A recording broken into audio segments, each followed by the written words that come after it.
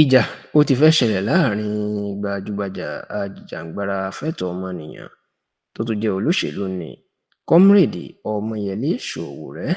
àti ẹni tó jẹ́ gbajúgbajà sọ̀rọ̀sọ̀rọ̀ orí ẹ̀rọ ayélujára nni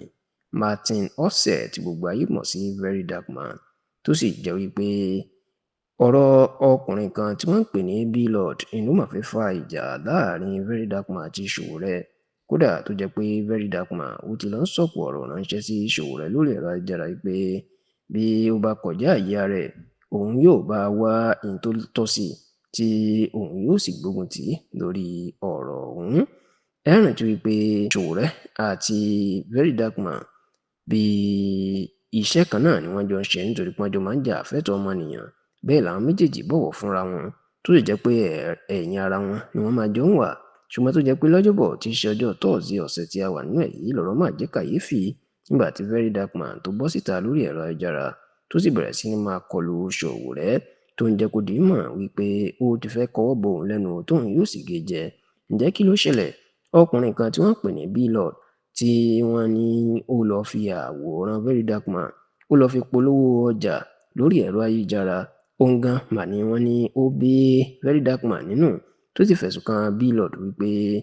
n tó ṣe ó lòdì sófin nítorí pé bó ṣe ń fòun polówó iléeṣẹ́ àti ọjà ẹ̀ ó tako òfin, nítorí pé àìmọye àwọn iléeṣẹ́ ńláńlá kódà tí ìkan gbé ẹ̀ẹ́dẹ́gbẹ̀rin mílíọ̀nù náírà $700 million fóun láti jẹ́ aṣojú iléeṣẹ́ wọn kóun máa bá wọn polówó tóun ò gbà. Ṣùgbọ́n tó ní B-Lord wá lọ fi àwòrán òun ó lọ fi ń ṣe aṣojú, èyí tí ó ní ó dùn òun, tó sì jẹ́ pé eléyìí ni Very Dark Man ló fẹ̀sùn òfin tọ̀, tó sì jẹ́ pé ilé ẹjọ́ wọ́n ti ní kí B-Lord kó lọ wà ní àtìmọ́lé, ìyẹn lọ́gbà ẹ̀wọ̀n. Ọ̀rọ̀ yìí ni mà ní Sowore ló dá sí ní alẹ́ ọjọ́rùú tí í ṣe ọjọ́ Wednesday ọ̀sẹ̀ tá a wà nínú ẹ̀ yìí, tó sì jẹ́ kó di mímọ̀ pé kò sí nǹkan tó dára rárá kí ọmọ ènìyàn kan máa jù wọ́n sẹ́wọ̀n lórí ẹ̀ṣẹ̀ tí wọ́n bá ṣẹ̀, tó sì lóun ti pe agbẹjọ́rò òun tó ń jẹ́ Marshal D.F. Abubakar wípé kó tètè tẹsẹ̀ bọ ọ̀rọ̀ ọ̀hún kó sì rí i pé ó gba B-Lord jáde. Ọ̀rọ̀ yìí gan ni ó mà bí Very Dark Man nínú tó fi gba orí ẹ̀rọ ayélujára lọ lọ́jọ́bọ̀ tí í ṣe Thursday ọ̀sẹ̀ tí a wà nínú ẹ̀ yìí. Níbẹ̀ ló ti bẹ̀rẹ̀ sí ní máa sọ̀rọ̀ sí Sowore wípé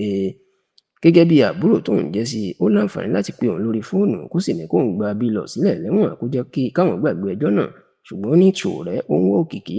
ló fi gborí ẹ̀rọ ayélujára lọ kó máa pe rẹ̀ ní ajàfẹ́tọ̀ọ́ ọmọnìyàn. Ṣùgbọ́n ó ní bí Sowore tó bá tó bẹ́ẹ̀, ó ní kóun náà fúnra ẹ̀ kó lọ lo àwòrán òun àti orúkọ òun kó lọ fi polówó láì jẹ́ kóun mọ̀ sí. Ó lóun yóò rán òun gan fúnra ẹ̀ lẹ́wọ̀n, tó sì ní n tí Sowore fẹ́ ṣe yìí